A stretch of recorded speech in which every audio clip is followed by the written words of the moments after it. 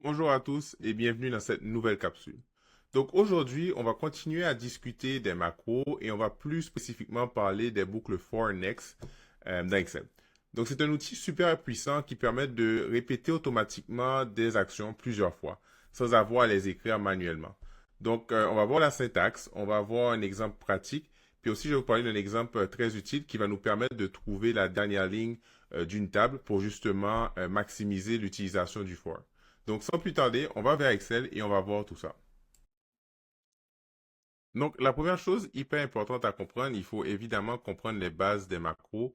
Donc, je ne vais pas couvrir les bases des macros. Je vous recommande d'aller voir ma capsule sur l'introduction aux macros pour bien comprendre l'introduction, pour bien comprendre les commandes de base, comment ça fonctionne une macro, comment écrire une macro.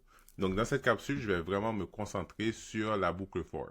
Donc, la toute première chose, avant de commencer à aller à l'écran, il faut bien comprendre la structure, la syntaxe de for. Donc ici, je l'ai écrit pour vous. Donc la syntaxe, elle est quand même hyper simple. Donc on commence tout simplement avec un for. Après ça, on va avoir une variable. Moi, je l'ai appelé ici compteur dans mon exemple, mais vous pouvez l'appeler comme vous voulez. Et ce qu'on lui dit, il faut lui donner une valeur de début. Donc tu commences à partir de là jusqu'à une valeur de fin. Donc tu vas de ça à ça. On aurait pu dire, tu vas de la valeur 1 à la valeur 10. Ça dépend de ce que vous faites, mais vous allez devoir décider c'est quoi la valeur de début et c'est quoi la valeur de faux. Donc, elle va rouler en fait du début jusqu'à atteindre la valeur de fin. Et en dernier lieu, il y a une valeur, ce qu'on appelle une valeur optionnelle. Donc, c'est pour ça qu'elle est en crochet. C'est ce qu'on appelle le step pass. C'est quoi? Ça permet de dire je vais de combien à combien. Donc, si par exemple je dis de 1 à 10 avec un step pass de 2, donc ça va faire 1, 3, 5, 7, 9, etc. De base d'un défaut. Donc, si vous ne la mettez pas, de manière de base, la valeur de défaut, c'est 1. Donc, ce sera 1, 2, 3, 4, 5. Mais si vous voulez quelque chose de différent, mais vous devez le spécifier. Par la suite, vous allez mettre à l'intérieur vos instructions à répéter. Donc, ce sont toutes les formes d'instructions que vous voulez. Vous pouvez même intégrer des if à l'intérieur. Donc, l'entièreté des commandes à effectuer, mais vous la mettez à l'intérieur. Et pour terminer, vous faites next. Donc, next, puis la variable qui permet de savoir laquelle est la suivante. Donc, next, ça veut dire c'est terminé, je vais au prochain. Donc, elle va vraiment faire ça de la première valeur jusqu'à la valeur de fin et elle va vraiment sortir lorsque la valeur de fin est atteinte. Donc là, en ayant compris la forme, la syntaxe de base, là, on peut aller faire quelques exemples concrets. Donc ici, j'ai ouvert mon Visual Basic et on va commencer à avoir quelques exemples simples. J'ai déjà commencé de base à écrire, à créer mes variables. Encore une fois, si vous n'êtes pas confortable, je vous recommande fortement d'aller voir la capsule introduction au macro. Donc, j'ai créé une première variable i qui va être en fait mon compteur que j'ai défini comme un long. Donc, un long, c'est-à-dire c'est un chiffre entier. Et aussi, j'ai défini en fait mon worksheet, donc la feuille dans laquelle que je travaille, je l'ai juste appelé WS pour faciliter mon écriture par la suite. Donc, quand on commence, comme je disais, on commence tout simplement avec la boucle for. Donc, on commence avec un for. Par la suite, on va aller spécifier mon compteur de la valeur de début jusqu'à la valeur de fin. Donc, ce que je vais écrire, for i égale à, donc je sais que je veux partir de la ligne 2 jusqu'à la ligne 11. Donc, je vais dire for i 2. Donc, ici, ce que j'ai dit, c'est que je pars de la ligne 2 pour aller jusqu'à la ligne 11. Qu'est-ce que tu vas me faire? Mais ce que tu vas me faire, donc ce que j'ai dit que partant de i, partant de 2 jusqu'à 11, tu vas aller mettre les cellules de l'intérieur en jaune. Ici, qu'on écrit cells i2, donc ça veut dire cell, la première c'est la ligne, donc le i va représenter la ligne, donc elle va faire ligne 2, ligne 3, ligne 4, ligne 5, ligne 6. Et après ça, le 2 veut dire la colonne. Donc là, ce serait la colonne 2. On va se vérifier. Moi, je ne veux pas la colonne 2, je veux la colonne 1. Donc, je vais mettre 1. Donc, il y a deux solutions. Soit je mets 1 ou je mets tout simplement A. Donc, c'est selon vos préférences. Soit vous appelez votre colonne. Des fois, c'est plus simple pour ne pas se tromper. Qu'est-ce qu'est la ligne, qu'est-ce qu'est la colonne. Donc, en deuxième, on met la colonne. Donc, je lui dis, for i allant de 2 à 11, tu vas me mettre ça en jaune. Et on va faire tout simplement par la suite next i. Ça veut dire que là, quand tu as fini de faire que tu l'as mis en jaune, alors tu passes au prochain. Donc, je viens et je le teste. Et quand je roule, on voit que là, elle a roulé la boucle et elle est passée et elle l'a mis en jaune. Si à la place, je mets VB red, et après le 11, je mets step 2. Donc, c'est-à-dire que là, je viens spécifier mon step et que je fais play. Et là, on voit que ça a été mis en rouge à chaque deux. Donc, 1, 3, 5, 7, 9. Je n'avais pas évidemment clear mon content, donc c'est resté en jaune. Mais là, on voit comment le step est venu jouer avec ma donnée. On peut même faire, en gros, on peut même partir du bas pour aller vers le haut et faire un step moins 1. Donc, le step me permet vraiment de venir contrôler à quel rythme que je vais dans ma boucle. Donc, ça, c'est un exemple hyper simple pour comprendre comment ça fonctionne. Donc, on est parti du for, on a dit notre valeur compteur, on leur a dit tu vas de là jusqu'à là. Tu fais quel genre de step? Si on ne met rien, le défaut c'est 1. On met à l'intérieur qu'est-ce qu'on veut spécifier et on termine en disant tu pars au prochain. Maintenant, ce qui peut arriver, c'est qu'on a un fichier qui évolue. On a un fichier qui change, on a des lignes qui s'ajoutent au fur et à mesure. Donc, on n'est jamais sûr de c'est quoi la dernière ligne. Là, c'était facile parce que on est venu, puis on a calculé, on a regardé, OK, ma dernière ligne, c'est la ligne 11. Ça va. Mais ce qui peut arriver, c'est que quelqu'un utilise notre fichier, on a créé un bouton automatisé, mais il y a des lignes qui s'ajoutent au fur et à mesure. Donc, je ne suis pas capable de savoir c'est quoi ma dernière ligne. Donc, je ne peux pas venir faire tout le temps du tâtonnement. Mais par contre, il y a une fonction, une formule que l'on peut écrire pour venir stocker en fait la dernière valeur que l'on trouve dans une colonne. Et là, on va faire ça comme ça.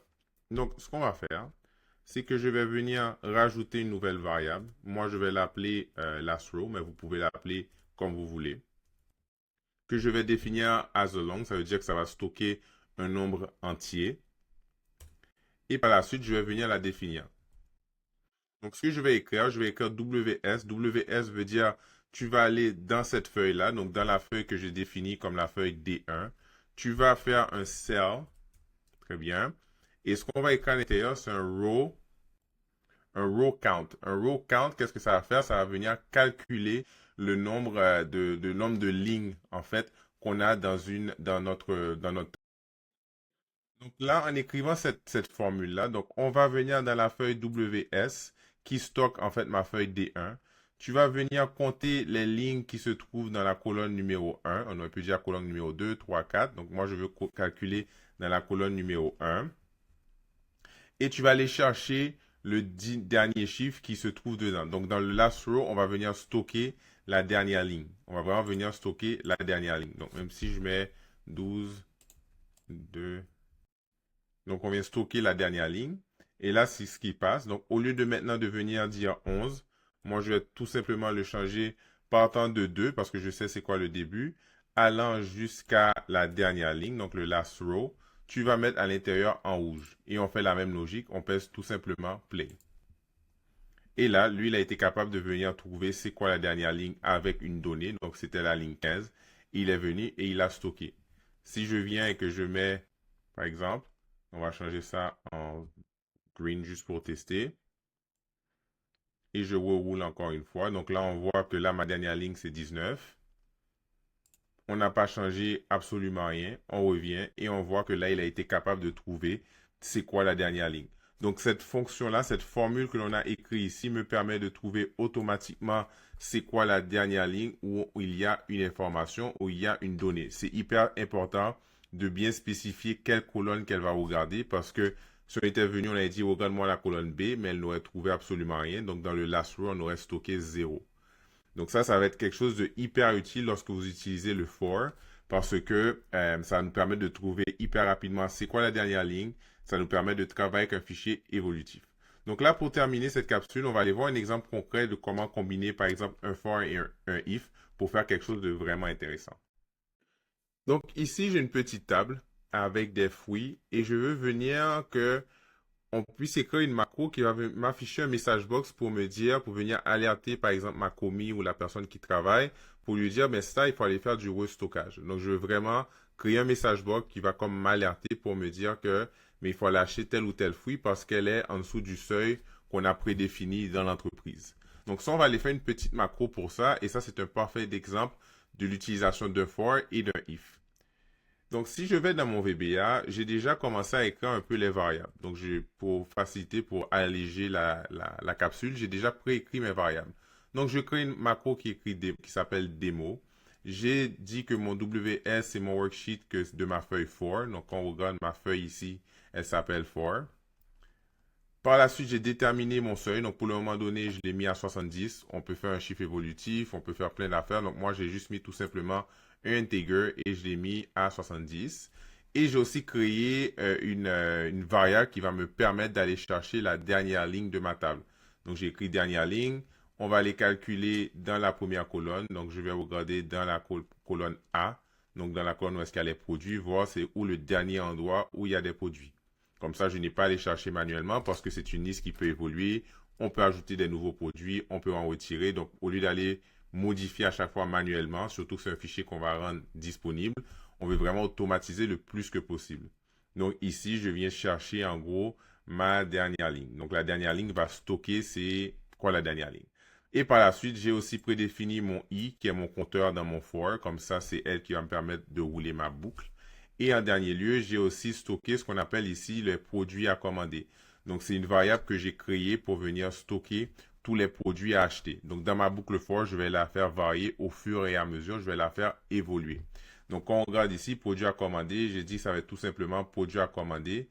Et ce qu'on appelle ici VBCRLF, c'est tout simplement pour faire un retour à la ligne, donc aller à la ligne. Donc, tout simplement. Donc, là, on va commencer par écrire notre boucle if. La première chose à faire, on va commencer avec le for comme d'habitude.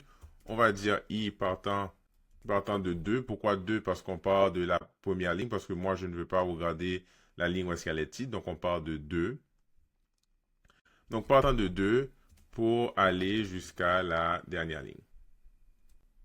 Je ne vais pas spécifier c'est quoi mon step, parce que moi, je veux un step par défaut de 1. Très bien.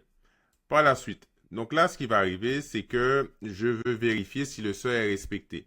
Donc, dans mon for, je vais venir mettre un if parce que je ne veux pas stocker toutes les valeurs de fruits dans mon message box. Je veux vraiment stocker seulement celles qui sont en dessous du seuil. Donc, on va commencer un if. Si vous n'êtes pas confortable avec le if, je vous recommande fortement d'aller voir la capsule sur comment utiliser un if dans une macro. Donc, on fait un if ws.cells. On va aller prendre la ligne suivie de la colonne 2. Donc, 2, ça veut dire c'est la colonne B. J'aurais pu aussi écrire double guillemets B. Donc, la colonne B. On va dire si ça, la valeur qui est dedans. Donc, je vais écrire point value. Donc, point value veut dire que je vais aller chercher la valeur qui se trouve dans la cellule 1, 2, par exemple. Donc, dans la ligne 2, colonne 2. Donc, ce serait, par exemple, 120.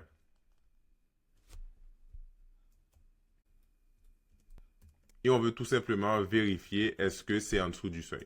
Donc là, j'écris mon if pour dire si la valeur du fruit, de la quantité de fruits qu'on a est inférieure au seuil, mais qu'est-ce que tu fais? Je dis que dans mon produit à commander, tu mets ce qu'on avait initialement dans le produit à commander. Donc, elle va regarder ce qui était préenregistré dedans. Donc, initialement, ça va commencer par produit à commander et je vais toujours l'écraser avec une valeur supplémentaire. Donc, ce qui est stocké déjà de base dans produit à commander, tu m'ajoutes un tiret et tu vas mettre aussi pour moi la valeur qui se trouve dans la cellule I, donc dans la même cellule, donc I, donc la même ligne. Et cette fois-ci, dans la colonne A. Là, j'ai mis A, j'aurais pu mettre 1. Donc, c'est pour vous montrer les deux options. Et par la suite, tu vas à la ligne. Je termine mon if. Et je mets par la suite mon next i pour dire que ben, tu vas à la prochaine boucle. Donc là, on a créé notre boucle de vérification où est-ce qu'il va passer à travers chacune des cellules pour voir est-ce qu'elle respecte le critère ou pas. Si elle respecte le critère, alors elle sera stockée dans la variable produit à commander. La dernière chose qui reste à faire, c'est d'aller créer notre message box. Donc, je vais faire quelque chose d'intéressant. On va venir créer encore un if parce que je vais afficher deux message box. Donc, un où est-ce que tous les produits sont au-dessus du seuil. Donc, alors, ça veut dire qu'on n'a absolument rien à acheter. Et un, lorsque notre produit est en dessous du seuil, donc on a certaines affaires à acheter. Donc, ici, ce que j'ai écrit, c'est que si le produit à commander est égal à produit à commander, donc tout simplement la variable de base non modifiée. Je vais juste retirer mon deuxième enter. Donc, la variable de base non modifiée. C'est-à-dire que là, il n'y a absolument rien qui a été écrasé. Donc, on retourne à la variable de base. Alors, c'est-à-dire qu'il n'y avait absolument aucun produit à acheter.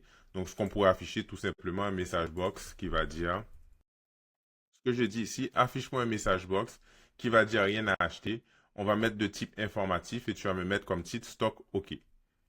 Sinon, donc c'est-à-dire que finalement, il y avait quelque chose qui a été rentré dans notre variable. Mais sinon, tu vas m'afficher un message box avec l'ensemble des informations. Donc, ce que je dis ici, sinon, tu viens m'afficher un message box avec produit à commander. Donc, tu vas prendre les valeurs stockées dans produit à commander. Tu vas me mettre avec une exclamation et me donner comme titre stock à vérifier. Si vous n'êtes pas confortable avec le if, je vous recommande encore une fois d'aller voir la capsule spécifique à ça. Et on termine notre macro.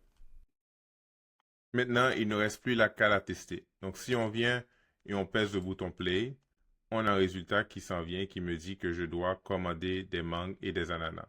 Donc, si on retourne dans notre fichier Excel, ce qu'on ferait, c'est que je vais venir insérer un petit bouton pour que lorsque quelqu'un vient l'utiliser, ben, elle n'a pas allé dans le VBA, tout simplement à cliquer le bouton, clic droit, affecter une macro, on choisit démo qui est la macro qu'on a créée ici, démo, très bien. Et maintenant, si on vient, on la clique, on va savoir quels sont ceux qui sont à stocker. Donc là, ce qui arrive, c'est qu'on dit ici, c'est les mangues et les ananas. Mangue, ananas, parce que c'est en dessous de 70. J'aurais pu simplement faire aussi, j'aurais pu venir prendre la valeur qui se trouve dans une cellule. Donc WS, point, on va dire point range.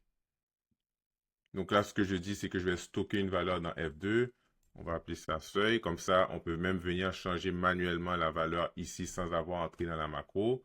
Donc là, j'ai mis le seuil à 40. Si je fais play, là, on voit que je n'ai absolument rien à acheter parce qu'il n'y a absolument rien qui est en dessous de 40. Tandis que si je viens et que je le change à 100, par exemple, et je refais mon play, là, on voit que les résultats ont changé. On a tous à acheter parce qu'ils sont tous en dessous de 100, hormis la banane, la pomme et la poire. Donc là, c'est comme ça, on peut vraiment venir automatiser et ajouter au fur et à mesure des fonctionnalités super intéressantes qui rendent votre fichier de plus en plus intéressant et facile à utiliser. Donc, je vais aller vers la fiche démo pour terminer tout ça et pour conclure. Donc, pour conclure, la petite fiche démo qui vient vraiment résumer tout ce que j'ai expliqué à travers cette capsule. Donc, je vous laisse la lire, je vous laisse la parcourir et sinon, on se reverra à la prochaine capsule.